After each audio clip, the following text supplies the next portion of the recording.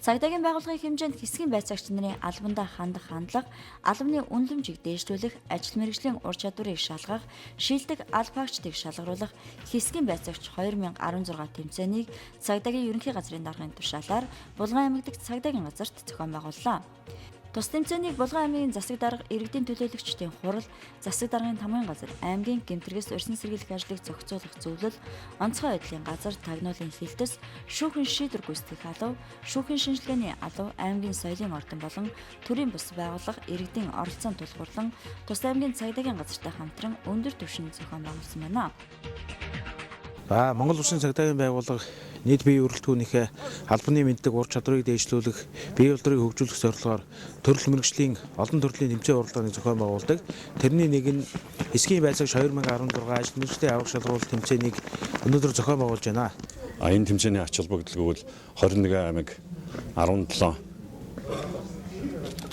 дүүргийн албаагчид, хэсгийн байцаагч нар бид ил гарч ард иргэдтэй ажилтдаг албаагчдын маань хамгийн чухал тэмцээний нэг болж боллоо гэж үзэж байна. Энд Булган аймгийн маань цагдаагийн газар энэ тэмцээнийг зохион байгуулалтын арга хэмжээг маш өндөр түвшинд хийж бэлтгэлийн ажлыг хангасан байна. Цагдаагийн байгууллагын хэмжээнд зохион байгуулагдж байгаа хэсгийн байцаагч 2016 тэмцээнд тамирчнаа оролцуулж байна. Тэгээ ер нь бол цагдаагийн байгууллагын ажилтнууд байнгын бэлтгэлтэй албан үүргээ гүйцэтгэдэг. За Төв аймгийн цагдаагийн газрын хувьд бол 6 хэсгийн байцаагч албан үүргээ гүйцэтгэж байж байгаа. Бас эдгээр дундаа сонгон шалгаруулалт хийж бас нэг тамирчнаа тэмцээнд оролцуулж байна. Тэгээ нийт тэмцээнд оролцож байгаа албаагчдаа хэмжиж өсөж байна.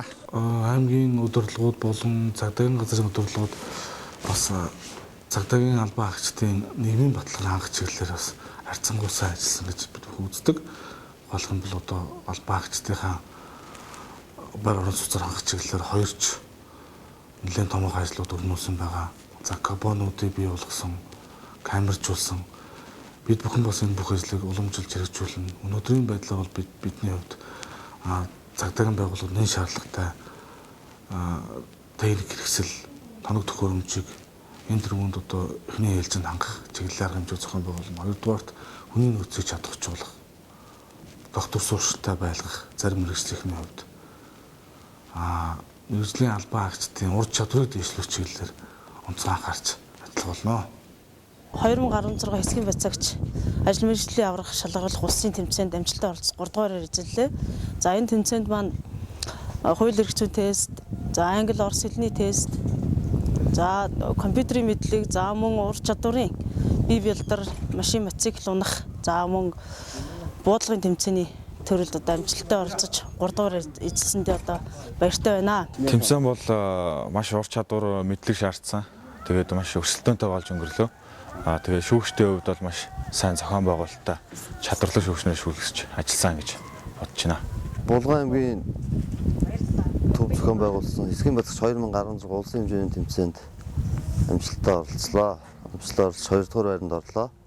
Энэ тэмцээний ач холбогдол өөр өгөөж гэвэл ур чадвар эзэмшиж авлаа энэ дээр. Тийм бие хүчний болоод оюун ухааны тусгай хэрэгсэл мэх хэрэглэх гээл тэг бүхэл талаараа ер нь өөрийгөө чадваржуулж авлаа л гэж бодож байна да.